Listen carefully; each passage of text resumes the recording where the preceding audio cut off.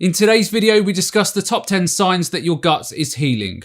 Roll the titles. For the record, I'm done trying to make y'all comfortable. For the record, you ain't trying to grow, then it's done for you.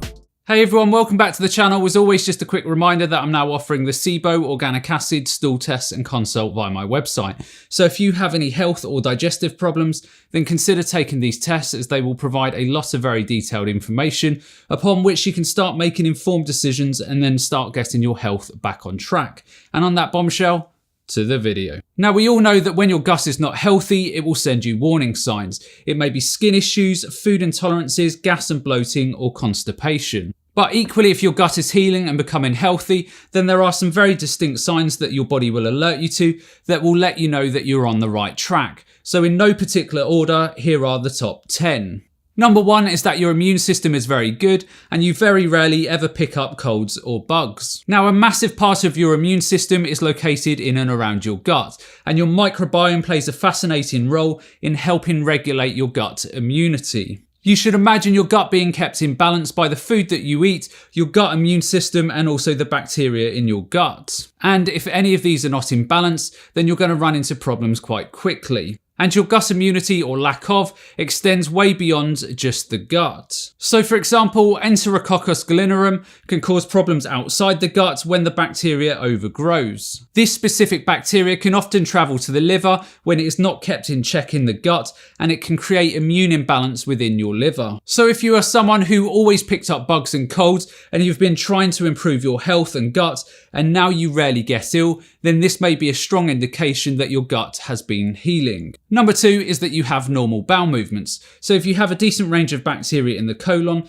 then anytime you put fibre and carbohydrates into the gut, then these should be fermented correctly and broken down, and your gut motility and transit time should be fairly normal. And for many, normal means 1 to 3 bowel movements a day. Now, if you don't have a good diversity in the gut, and depending on the bacteria, then you may run into either constipation or diarrhea. So for example, if you have an overabundance of methane producing bacteria in your colon, then this can significantly slow down the rate at which your food and feces travels through your gut, and then you are very likely to run into constipation. So again, if you are someone who has been dealing with constipation or loose stools or diarrhea, then often the first signs that your gut is healing is that you will start having normal bowel movements every day. Number 3 is that you are not having sugar cravings. Now, you will have heard me say many times on this channel that if you have highly sugar fermenting bacteria in your gut, then you are much more prone to strong sugar cravings, as the bacteria secrete certain hormones that will directly impact on your appetite. It is genius really on the part of these bacteria,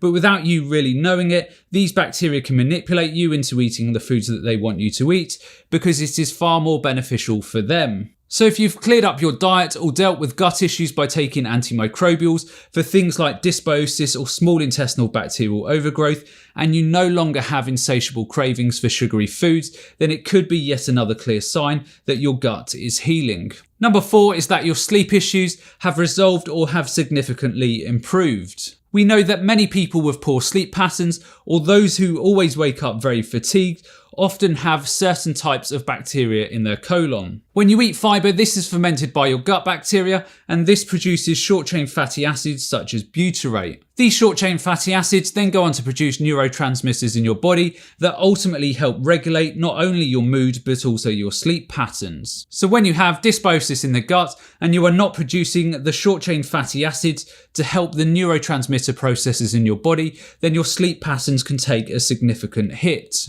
And this whole process can significantly impact on your natural circadian rhythm, leaving you in a perpetual cycle of disrupted sleep and fatigue. So if this is you, you will often notice that your gut is healing when your sleep patterns start to improve. Now, obviously this is not always the case, and sleep is a complex area with many different variables, but I can't tell you how many people that I see that when they rebuild their guts, they get a big improvement in their sleep patterns. Number 5 is that you are maintaining a healthy weight. Now, obviously weight is another area with many different moving parts, such as hormones, thyroid function, bacterial diversity, and also the calories that you consume. In recent years, there have been some really interesting studies on twins, where they have given the twins the same identical diet, but the twin with much lower diversity in their colons is much more likely to gain weight. Now, like I said before, bacteria will often secrete hormones that will interfere with your appetite, but they can also influence your weight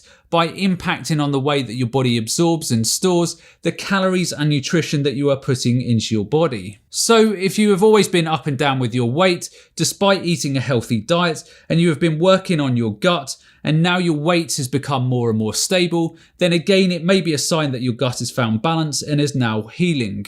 Number 6 is that your skin is clearing up. Now, for many people, unfortunately, they don't join the dots between their gut health and what is happening on their skin. Now, you may have heard of the gut-brain axis in terms of mental health, but not many people will have heard of the gut-skin axis. The gut-skin axis is essentially direct communication between your gut and your skin. Obviously, when you develop leaky gut, then you will start getting undigested proteins and other compounds from your foods finding their way into your bloodstream. When this happens, you are much more susceptible to psoriasis, eczema, rosacea, and even acne. So again, when the skin starts to heal, it is often a very powerful sign that the gut is at the latter stages of healing. For many people that I see with digestive issues, their skin is always one of the last areas to resolve. So if you have had digestive issues and these have largely resolved, and now your skin health is improving or the eczema has gone away, then you should take some confidence from this that you are now on the right gut health path. Number 7 is that your concentration levels have started to improve. Like I mentioned earlier, your gut produces various different types of neurotransmitters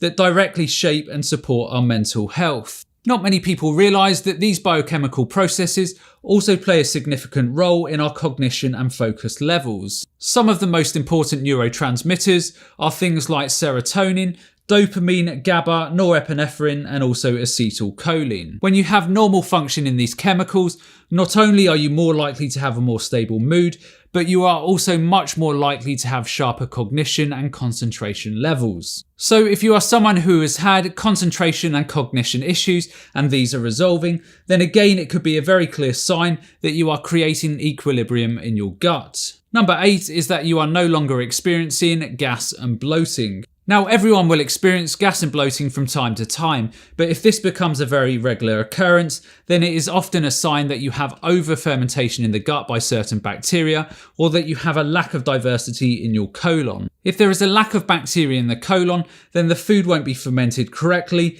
and then this will cause your transit times to slow down, and the longer the food sits in the colon, the more gas that can be released. If you very rarely now clear a room full of people like you did back in the day, then this could be yet another telltale sign that there is balance in the gut and things are healing correctly. Number 9 is that you no longer have multiple food intolerances. Food intolerances are often the result of your body's inability to digest certain foods and the constituent parts, and many of these undigested foods and proteins, etc., can find their way into your bloodstream, where you can often start developing negative immunological reactions. Food intolerance symptoms can range from everything from gas and bloating, skin issues, brain fog, joint problems, and even things like vertigo and dizziness. So if you have previously been dealing with food intolerances and sensitivities, and you have been actively working on your gut, and you have noticed that your tolerance levels to foods have improved, then again, this could be a good sign that your gut is healing. Number 10 is fatigue. Now, I know we touched upon fatigue earlier relating to poor sleep patterns, but here I'm specifically talking about chronic fatigue. So your small intestines, and to a lesser extent your colon, are where you digest and absorb your nutrition. Obviously, certain nutrients are more important than others where energy is concerned, such as iron, potassium, magnesium, iodine, zinc, and omega-3, to name a few. Now, if you have digestive issues and you are not assimilating your nutrition correctly, then you are going to run into fatigue issues really quickly. So for many people, when they really concentrate on fixing their digestive issues, such as SIBO, dysbiosis or H. pylori, and their food begins to be digested correctly, then often their energy levels will come up fairly quickly, and this is often a good indicator that your gut health is in a good place. So that's the end of today's video, and if you enjoyed this video, then be sure to check out this one up here because I'm sure you'll find it equally interesting. And the only other thing that's left for me to say is to remember to look after your body because it's the only place you have to live. And I'll see you next time.